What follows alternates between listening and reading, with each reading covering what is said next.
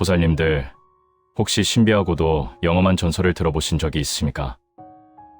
사람이 아니라 산기슭에 홀로 서 있는 소나무 한 그루가 밤마다 가만히 두 손을 모으고 합장을 하며 간절히 기도를 올렸다는 이야기 말입니다.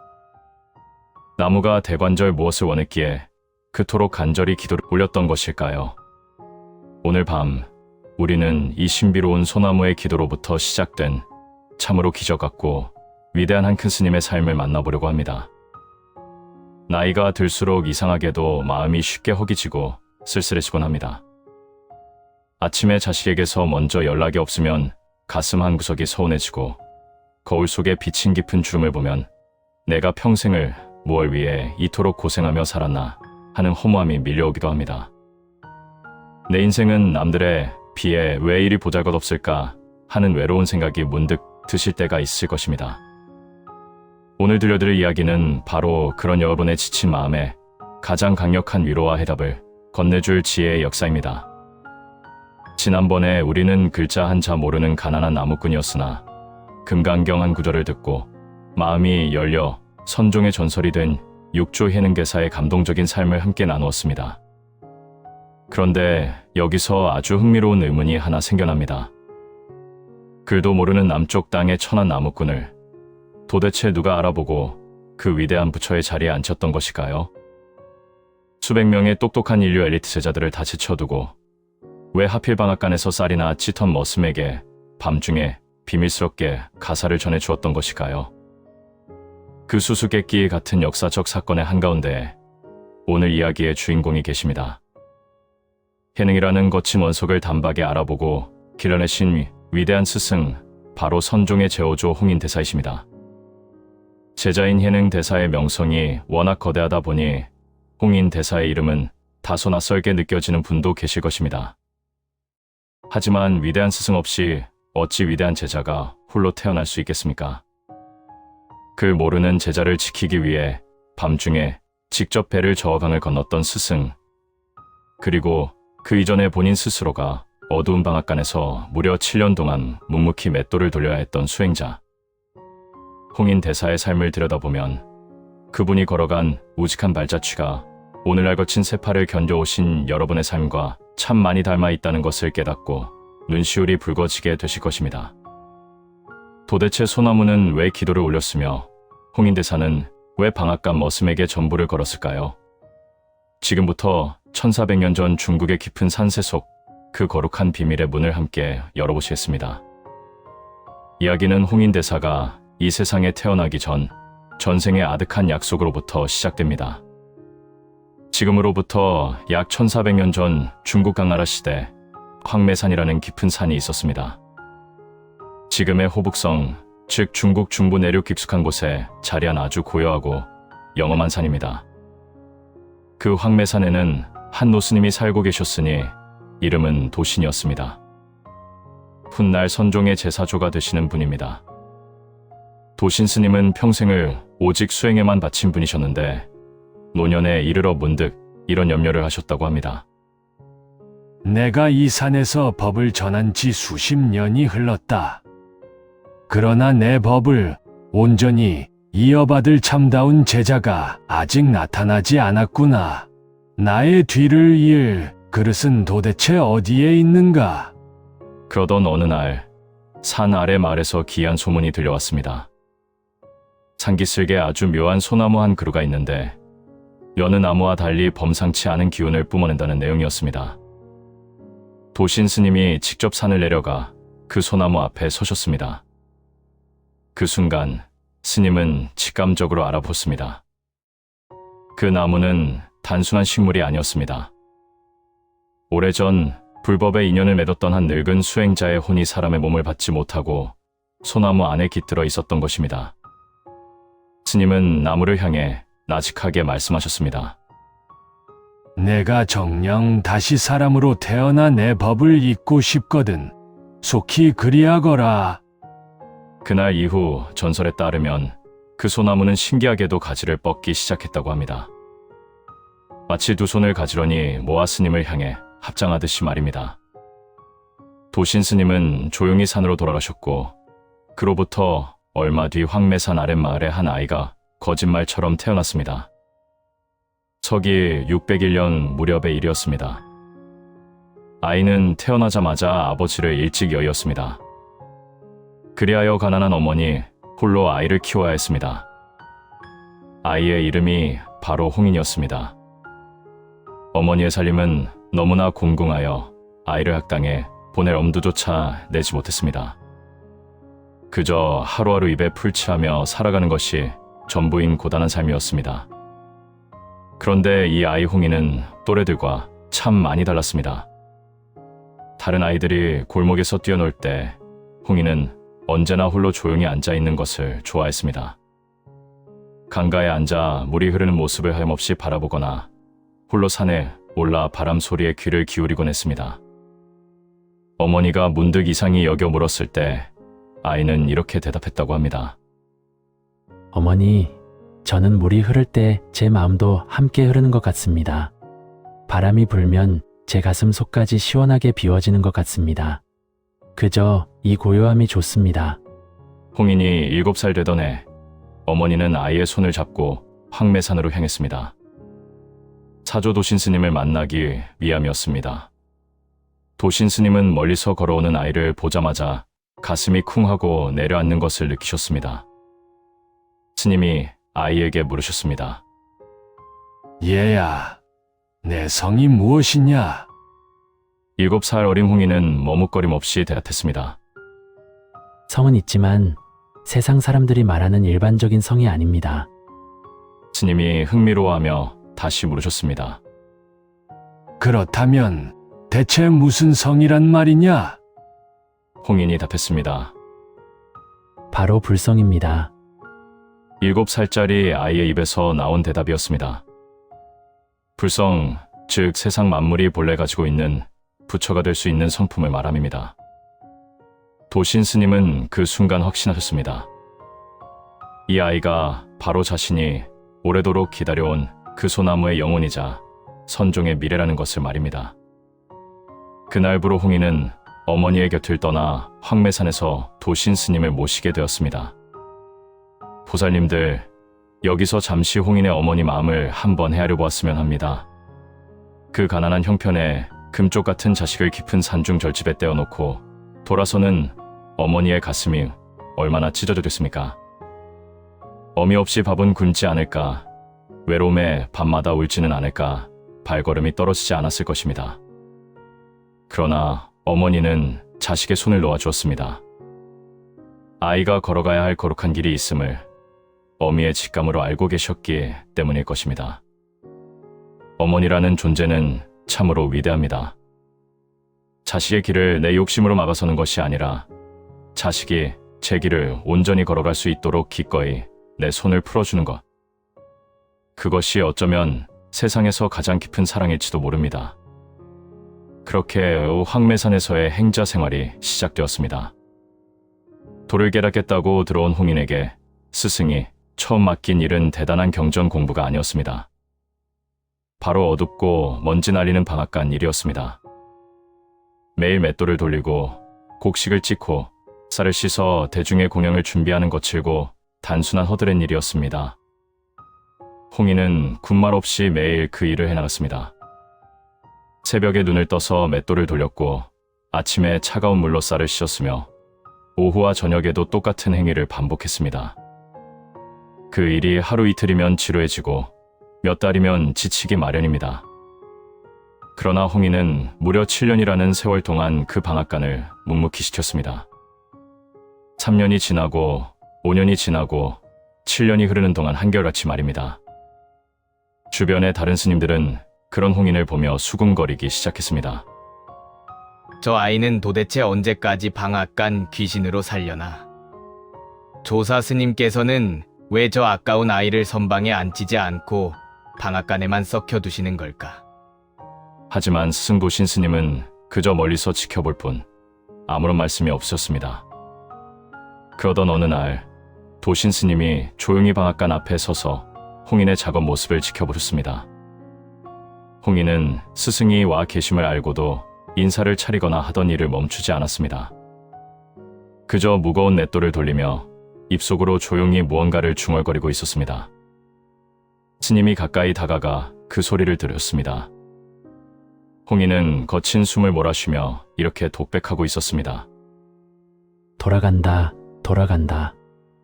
이 무거운 맷돌도 돌아가고 거친 세상도 돌아가고 내 마음의 번뇌도 돌아간다.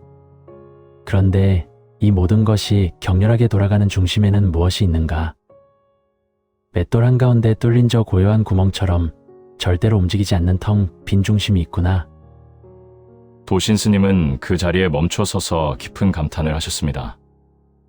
그리고 아무 말 없이 처소로 돌아가셨습니다. 그날 밤, 스님은 홀로 등잔불 아래서 생각하셨습니다. 저 아이는 방앗간에서 헛되이 고생하고 있었던 것이 아니었구나. 매일매일 무거운 맷돌을 돌리는 그 혹독한 노동 속에서 세상의 변화에 흔들리지 않는 마음의 중심을 찾고 있었던 것이다. 홍인은 이미 삶 전체로 위대한 수행을 하고 있었다.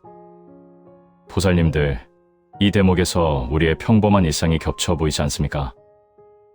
평생을 가족을 위해, 자식을 위해 매일 아침밥을 짓고 빨래를 하고 청소를 해온 우리 어머니들의 삶 말입니다.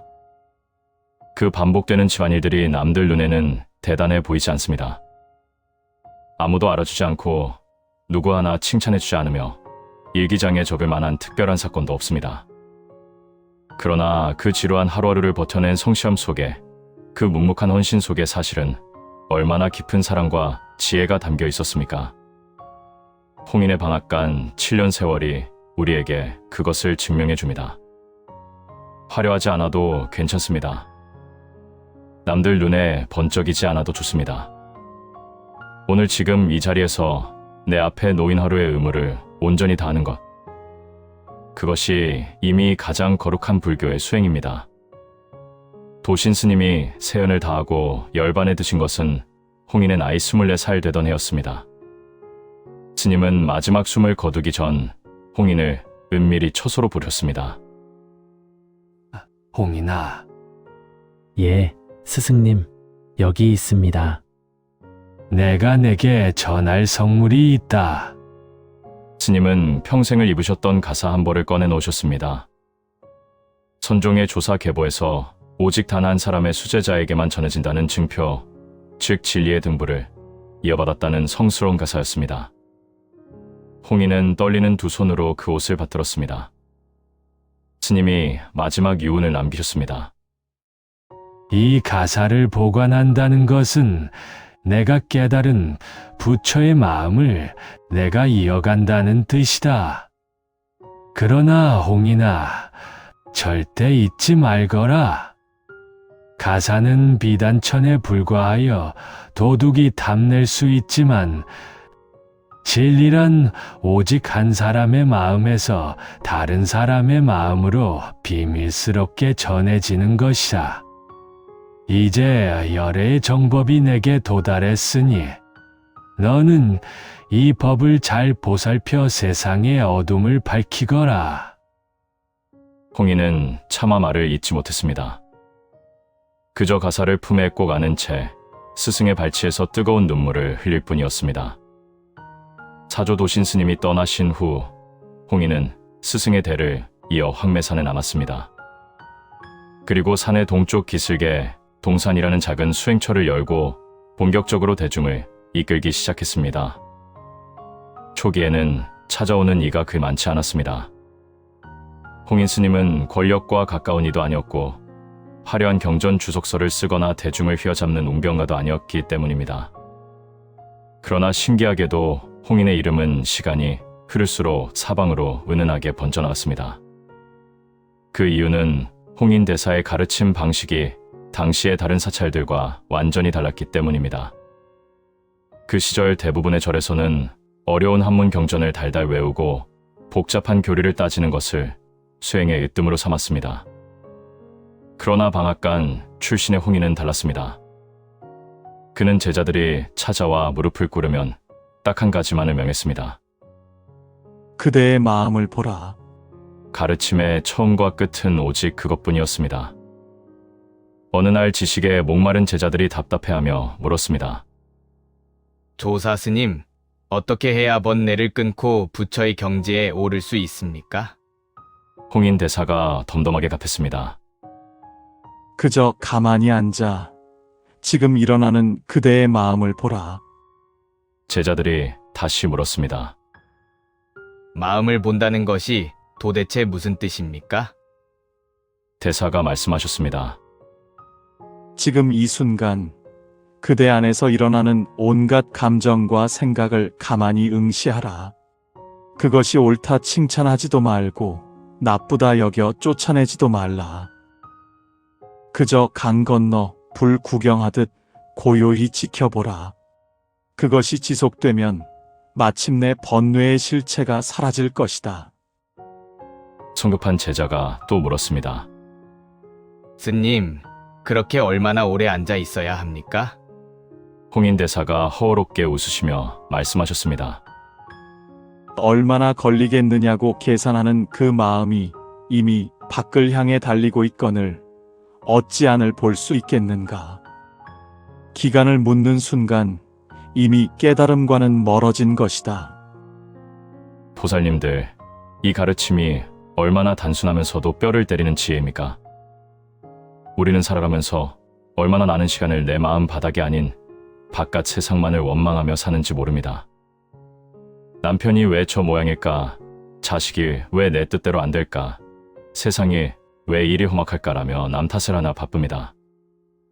그러면서 정작 분노와 섭섭함으로 가득 찬 지금 이 순간의 내 내면에서 무슨 불길이 치솟고 있는지는 전혀 모른 채 살아갑니다. 홍인 대사는 바로 그 어리석은 다른박질을 멈추라고 사자오를 토하는 것입니다. 잠깐 멈추어라. 그리고 밖으로 향한 눈을 돌려 내 마음을 보라. 그것이 불교의 전부라는 뜻입니다. 이 명쾌한 가르침이 입소문을 타자 황매산 동산에는 전국 각지에서 수행자들이 구름처럼 몰려들기 시작했습니다. 당나라 시대의 험난한 상기를 제치고 수많은 발길이 이어졌습니다. 기록에 따르면 홍인 대사의 슬하에 모인 제자가 한때 500명을 넘어 700명에 육박했다고 합니다. 홍인 대사는 그 수많은 대중을 어떻게 다스렸습니까? 대사는 결코 제자들의 배경을 두고 차별하지 않았습니다. 조종의 명문가 자제가 오든 시장 바닥에 천안백정이 오든 글을 많이 배운 박사형 스님이 오든 글자 한자 모르는 까막눈이 오든 그들을 대하는 대사의 눈빛은 늘 평등했습니다. 대사에게는 흔들리지 않는 절대적인 믿음이 있었기 때문입니다. 불성에는 귀함과 천함이 없다. 부처가 될 수 있는 고결한 씨앗은 모든 인간의 내면에 똑같이 깃들어 있다. 이 자비롭고 평등한 처학이 있었기에 훗날 글도 모르는 남쪽의 오랑캐 나무꾼 해능을 희년히 제자로 받아들일 수 있었던 것입니다. 홍인 대사의 어록 중 보살님들의 가슴을 가장 깊이 파고드는 일화가 하나 전합니다. 한 영리한 제자가 대사에게 따지듯 물었습니다. 스님, 매일 그렇게 마음 공부를 하면 도대체 무슨 이득이 생깁니까? 늙은 제 몸이 다시 건강해지기라도 합니까? 아니면 가난한 집에 재물이라도 들어옵니까? 홍인 대사가 묵직하게 가라앉은 목소리로 답했습니다. 아무것도 생기지 않는다. 제자가 깜짝 놀라 반문했습니다. 아니, 그렇다면 이 고생을 하며 수행할 이유가 없지 않습니까? 대사가 제자의 눈을 똑바로 응시하며 말씀하셨습니다. 마음 공부를 한다고 해서 없던 재물이 생기거나 늙은 몸이 청춘으로 돌아가지는 않는다. 다만 그것을 하고 나면 내가 지금 이대로 이미 충분한 존재임을 깨닫게 된다.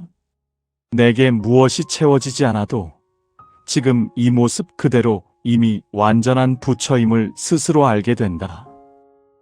이보다 더 큰 이익이 어디 있단 말이냐? 제자는 그 준엄한 말씀 앞에 온몸에 전율을 느끼며 아무 말도 하지 못했다고 합니다. 이미 충분하다. 지금 이대로 완전하다. 이 얼마나 눈물겨운 위로입니까? 우리는 평생을 나는 무언가 부족하다는 열등감과 불안 속에 살아가곤 합니다. 돈이 부족하고 건강이 약하며 자식 복이 없고 내 인생 자체가 실패한 것 같아 괴롭습니다. 그러나 1400년 전의 큰 스님은 우리의 어깨를 다독이며 말씀하십니다. 아니다. 낙심하지 말라. 너는 이미 그 자체로 충분하고 온전한 존재다. 홍인대사는 참으로 기묘한 스승이셨습니다. 그는 제자들 앞에서 긴 설교를 하거나 교리를 강요하는 법이 없었습니다. 대화는 늘 짧았고 때로는 알쏭달쏭한 수수께끼 같았습니다. 제자가 지식으로 답을 맞추기를 바란 것이 아니라 삶의 막다른 골목에서 스스로 깨치고 나오기를 묵묵히 기다려주는 참아주는 스승이셨습니다. 이런 일화가 전해집니다. 어느 날 불교를 배운 지 얼마 안 된 젊은 제자가 기고만장하여 대사 앞에 와서 자랑했습니다. 스님, 제가 스님의 법문을 듣고 마음 공부를 시작한 뒤로 마음이 아주 편안해졌습니다. 이제 세상 걱정이 다 사라졌고 어떤 역경이 와도 두렵지 않습니다. 홍인대사가 조용히 고개를 끄덕였습니다. 그래, 참 잘 되었구나. 그런데 바로 다음 날 그 제자가 얼굴이 하얗게 질려서 황급히 대사를 찾아왔습니다. 스님, 큰일 났습니다. 오늘 아침 길을 걷다가 사나운 들개에게 쫓겼는데 저도 모르게 사지가 떨리고 너무나 무서웠습니다. 어제는 분명 두려움이 다 사라졌다고 믿었는데 제 공부가 다 가짜였단 말입니까? 홍인대사는 이번에도 온화하게 고개를 끄덕이셨습니다. 그래, 그것 또한 아주 잘 되었구나. 제자가 황당해하며 고개를 갸웃거렸습니다. 스님, 무서워서 벌벌 떤 것이 어찌 잘된 일입니까? 대사가 나직하게 미소 지으며 말씀하셨습니다. 무서운 짐승이 달려드는데 두려움을 느끼는 것은 살아있는 생명으로서 당연한 이치다. 두려워하지 않는 자가 있다면 그것이 도리어 미친 자가 아니겠느냐? 마음 공부란 두려운 감정 자체를 없애는 마술이 아니다. 두려움이 밀려올 때, 아, 내 안에 지금 두려움이 크게 일어났구나 하고 그 감정이 왔다가 흘러가는 것을 객관적으로 바라보는 힘을 기르는 것이다. 어제 네가 편안했던 것은 내 공부가 깊어서가 아니라 단지 들깨를 만나지 않았기 때문일 뿐이다. 제자는 스승의 큰 뜻을 깨닫고 부끄러움에 고개를 숙였습니다. 보살님들, 이 이야기가 우리의 종교 생활과 참 많이 닮아 있지 않습니까? 절에 와서 좋은 법문을 듣고 기도를 올릴 때는 온 세상이 평화롭고 내 마음도 성인군자가 된 것 같습니다. 이제 절대로 화내지 말아야지, 다 용서해야지 다짐합니다. 그러나 일주문을 나서서 집에 돌아오는 순간 남편이 얄미운 소리를 하거나 자식이 속을 썩이면 나도 모르게 다시 화가 치밀어 오릅니다. 그러면 대뜸 자책합니다. 아이고, 내가 불자라면서 또 못 참고 화를 냈구나. 내 기도가 다 헛수고였구나. 하지만 홍인대사는 우리의 등짝을 치며 말씀하십니다. 낙심하지 말라. 화가 나는 것은 인간이기에 지극히 당연한 현상이다. 화가 나는 그 감정세포 자체가 죄가 아닙니다. 중요한 것은 화가 났을 때 그 화에 휩쓸려 남을 해치고 나를 망치는 것이 아니라 화가 일어나는 내 마음을 한 발짝 뒤에서 바라보는 것입니다. 아, 내 마음 표면에 지금 성냄이라는 파도가 치고 있구나 하고 지켜보면 파도는 이내 잔잔해지기 마련입니다. 그것이 대사가 말하는 진짜 공부를 뜻합니다. 당시 대사의 수백 명 제자 중에는 당대 최고의 수재라 불리는 신수라는 상좌가 있었습니다. 신수 스님은 참으로 대단한 인물이었습니다. 수많은 유학 경전과 불경을 통달했고 외모 또한 풍채가 당당했으며 설법 실력이 뛰어나 동산의 모든 대중이 그를 우러러보았습니다.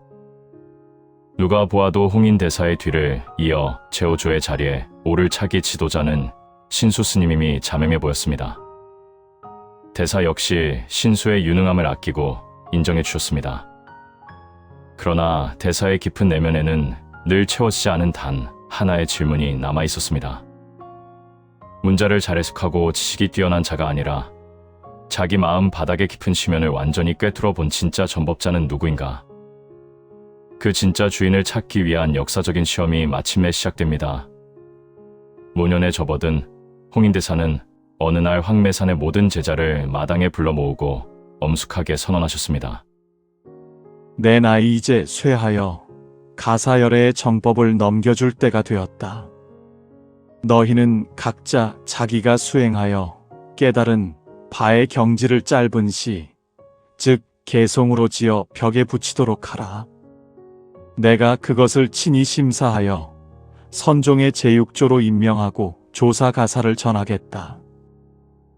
온 절간이 발칵 뒤집혔습니다. 모든 대중의 눈길이 일제히 대선배인 신수스님에게 쏠렸습니다. 감히 신수스님 말고는 누구도 시를 써낼 엄두조차 내지 못하는 분위기였습니다. 신수스님 역시 엄청난 압박감 속에 수많은 밤을 뜬 눈으로 지새우며 고뇌했습니다.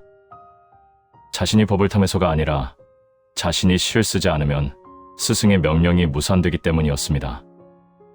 신수는 깊은 밤, 아무도 없는 김 복도 벽 앞에 서서 마침내 붓을 들어 떨리는 손으로 개송을 적어내었습니다. 몸은 깨달음의 나무요, 마음은 명경지수의 거울 받침대라.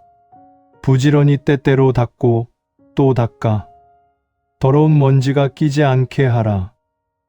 다음날 아침 벽에 적힌 시를 본 수백 명의 제자가 입을 모아 찬탄했습니다. 역시 신수상좌 스님이시다. 이 얼마나 철저하고 아름다운 수행의 태도인가. 마음을 거울처럼 날마다 닦아야 한다는 신수의 시는 지극히 정석적이고 훌륭한 수행 지침이었습니다. 홍인대사 역시 벽 앞으로 걸어 나와 시를 읽었습니다. 그리고 대중에게 말씀하셨습니다. 이 개송을 외우고 향을 사르라.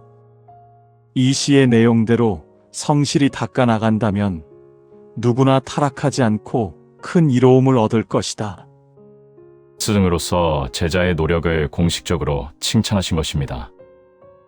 그러나 대사의 눈빛 깊은 곳에는 지울 수 없는 아쉬움이 스치고 있었습니다. 신수의 경지는 훌륭했으나 아직 본래 완벽한 마음의 본원을 꿰뚫지 못하고 매일매일 노력해서 닦아야만 하는 단계에 머물러 있었기 때문입니다. 대사는 무언가 더 완벽한 깨달음을 기다리고 계셨습니다. 바로 그 무렵 사찰의 구석진 방앗간에서는 여전히 한 청년이 허리를 굽힌 채 묵묵히 돌을 나르고 맷돌을 돌리고 있었습니다. 남쪽 오랑캐 땅에서 올라온 뼈마디 굵은 나무꾼 해능이었습니다.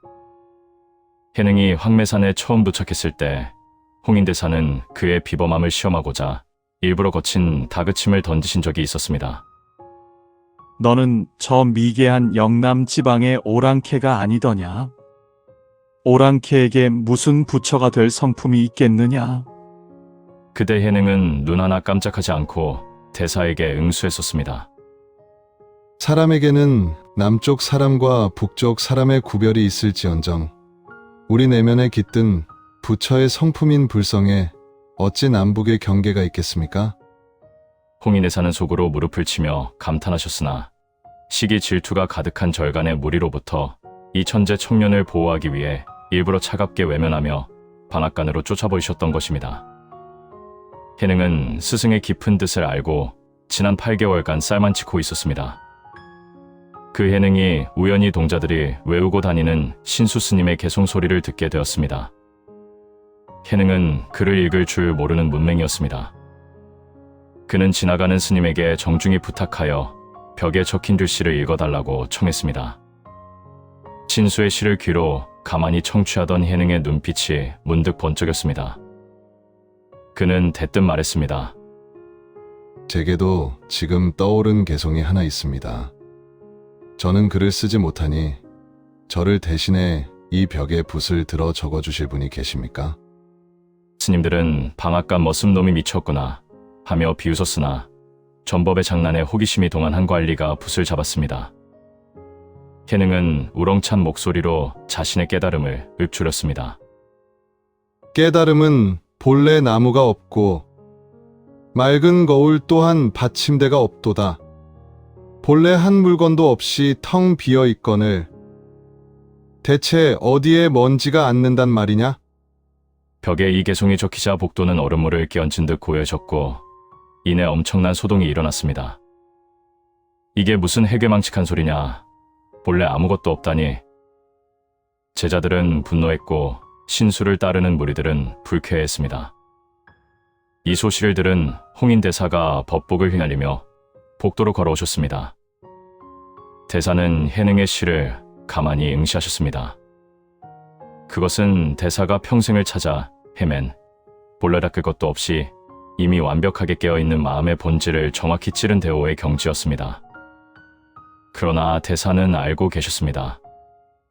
지금 이 자리에서 이 까막눈 일꾼을 천재라고 인정하는 순간 시기심에 눈이 먼 수백 명의 제자가 해능을 해칠 수도 있다는 무서운 현실을 말입니다. 홍인대사는 차가운 표정으로 자신의 지친을 벗어 들으셨습니다. 그리고 벽에 적힌 해능의 개송을 거칠게 문질러 지워버리셨습니다. 이 시 역시 본질을 보지 못한 헛소리에 불과하다. 방앗간 머슴이 알면 무얼 안단 말이냐? 제자들은 그제야 안도하며 비웃었습니다. 그럼 그렇지. 저놈이 미친 게 분명해.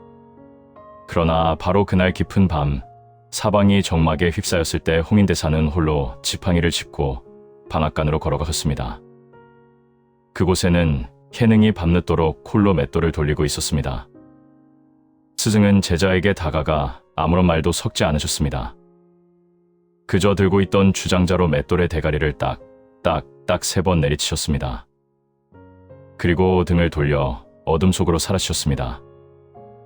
해능은 그 무언의 암호를 즉각 알아차렸습니다. 삼경, 즉 밤이 깊은 자정치나 새벽 1~2시 무렵 온 도량이 깊은 잠에 빠졌을 때 해능은 조용히 스승의 방문을 두드렸습니다. 문이 열렸고 방 안에는 노스승 홍인대사가 홀로 등잔불을 켜두고 계셨습니다.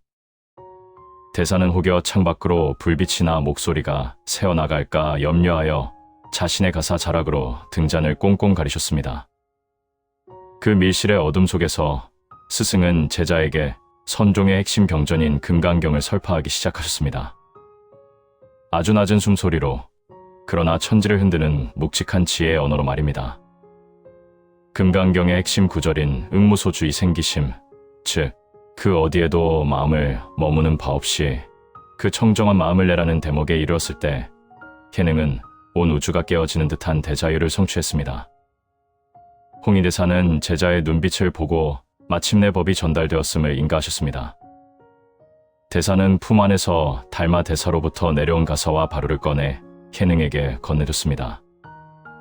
선종의 거룩한 횃불이 제5조 홍인으로부터 제6조 해능에게 비밀리에 상속되는 역사적인 순간이었습니다. 성물을 건넨 홍인 대사님의 표정은 매우 긴박했습니다. 해능아, 법은 이제 내게 전해졌다. 그러나 너는 아직 승려의 신분도 아니오. 글도 모르는 처지라 이 사실이 날이 밝아 알려지면 대중이 너를 가만두지 않을 것이다. 시기하는 무리가 너의 목숨을 노릴 것이니 지금 이 밤이 지나기 전에 황매산을 탈출하여 남쪽으로 멀리 숨거라. 그리고 10수년간 정진하며 때를 기다린 후에 세상에 법을 펼치거라. 홍인대사는 늙은 몸을 이끌고 직접 제자의 탈출기를 배웅하셨습니다. 깊은 밤, 산 아래 거친 강가까지 함께 걸어가 나룻배를 수소문하셨습니다. 해능을 배에 태운 후 해능이 노를 잡으려 하자 홍인대사가 제자의 손을 만류하셨습니다. 아니다. 오늘은 이 늙은 스승이 직접 노를 저을 것이다. 해능이 송구하여 아뢰었습니다. 스승님, 제자가 어찌 편히 앉아 가겠습니까? 제가 노를 저으겠습니다. 홍인대사가 노를 힘차게 저으며 말씀하셨습니다. 미망에 빠져 길을 잃었을 때는 스승이 제자를 건져주는 것이 맞고 이제 내가 깨달음을 얻어 대자유를 얻었으니 스스로 저어가는 것이 맞다. 그러나 오늘 이 강을 건너는 순간까지는 내가 너를 안전한 피안의 세계로 인도하겠노라. 늙은 조사 스님이 땀을 흘리며 직접 배를 저어 제자를 강 건너편 안전한 땅에 내려주었습니다. 멀어져가는 제자의 뒷모습을 바라보며 홀로 텅 빈 배를 타고 돌아오는 노스승의 마음은 어떠하시겠습니까? 자신의 사명을 다 마친 자의 고요함과 제자를 향한 지거운 자비심이 온 강물 위에 달빛처럼 부서지고 있었습니다. 계능을 무사히 떠나보낸 뒤 홍인대사는 오랫동안 홀로 법당의 정자에게 겼습니다. 다음 날 아침이 밝았으나 평소와 달리 대사는 처소에서 나오지 않으셨습니다. 걱정이 된 제자들이 문 밖에서 조심스럽게 안부를 여쭈었습니다. 스승님, 몸에 어디 편치 않으신 곳이라도 있으십니까? 홍인대사가 이윽고 문을 열고 나오시어 허어롭게 웃으시며 말씀하셨습니다. 보리달마 조사가 이 땅에 정법을 전한 이래로 우리 선종의 등불이 위태롭게 이어져 왔는데 이제 그 법이 갈 곳을 찾아 완전히 안착하였다.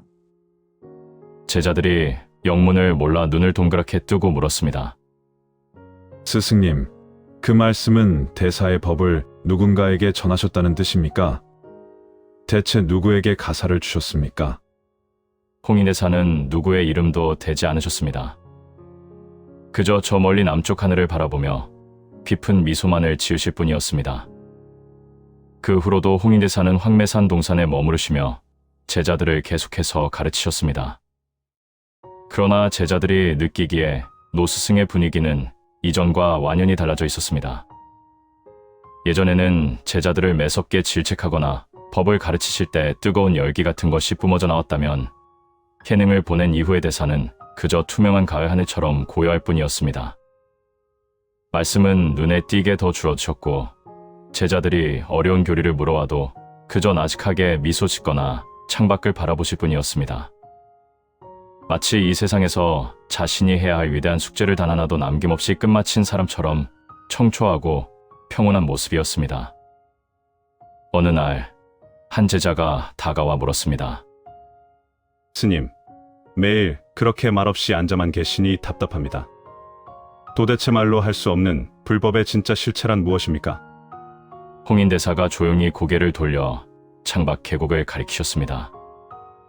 저 깊은 산골짜기에서 맑은 물이 바위에 붙이며 세차게 흘러가는 소리가 들려왔습니다. 대사가 물으셨습니다. 그대 귀에 저 계곡에 물 흐르는 소리가 명확히 들리는가? 예, 아주 잘 들립니다. 대사가 말씀하셨습니다. 바로 그 소리가 부처의 법문이다. 제자가 무슨 뜻인지 몰라 멍하니 서 있자 대사가 잔잔하게 보태어 말씀하셨습니다. 물소리는 비가 오면 커지고 가뭄이 들면 잦아든다. 들을 마음이 있으면 들리고 딴 생각에 빠지면 들리지 않는다. 그러나 우리가 듣든 듣지 않든 물소리가 멈추든 흐르든 물이라는 본질 자체는 세상 어디로도 사라지지 않는다. 우리의 마음 본래 성품 또한 이와 같다. 슬픈 감정이 일어났다 사라지고 기쁜 생각이 왔다 가지만 그 감정을 느끼고 있는 그대의 온전한 마음 바탕은 단 한 번도 상처 입거나 사라진 적이 없다. 그러니 찾아 헤매지 말라. 홍인대사는 서기 674년 세수 74살의 나이로 조용히 가부좌를 튼 채 입적하셨습니다. 세상을 떠나시기 전날 밤 대사는 마지막으로 제자들을 곁에 불러 모으고 인생의 마지막 한마디를 유언으로 남기셨습니다. 내가 이 황매산 동산에서 대중을 이끈 지 40년 세월이 흘렀다. 그 긴 세월 동안 내가 수천 명의 인간에게 외친 가르침은 사실 단 한 줄에 불과했다. 그대 안의 마음을 보라. 나는 오직 이 한마디를 세상에 남기기 위해 40년을 이곳에 살았던 것이다. 이제 내 육신은 가도 너희는 언제까지나 이 한마디를 명심하고 살아가거라. 40년의 거룩한 생애가 오직 내 마음을 보라는 그 소박한 한마디로 귀결되는 것을 들으며 제자들은 통곡했습니다. 화려한 수식어도 없었고 위엄을 부리는 거창함도 없었으나 그 단순함 속에 우주를 품은 대조사의 지혜가 고스란히 담겨 있었습니다. 홍인대사가 황매산의 고여 속으로 세상을 떠나신 지 어느덧 1400년이라는 기나긴 세월이 흘렀습니다. 그분이 오늘날 우리에게 남긴 진짜 유산은 무엇일까? 금칠 한 거대한 대웅전 건물도 아니요, 책장에 가득한 수천 권의 어려운 불경 책도 아닙니다. 홍인대사가 목숨을 걸고 세상에 남긴 유산은 오직 하나, 바로 사람이었습니다. 캐능이라는 단 한 명의 올바른 인간 말입니다.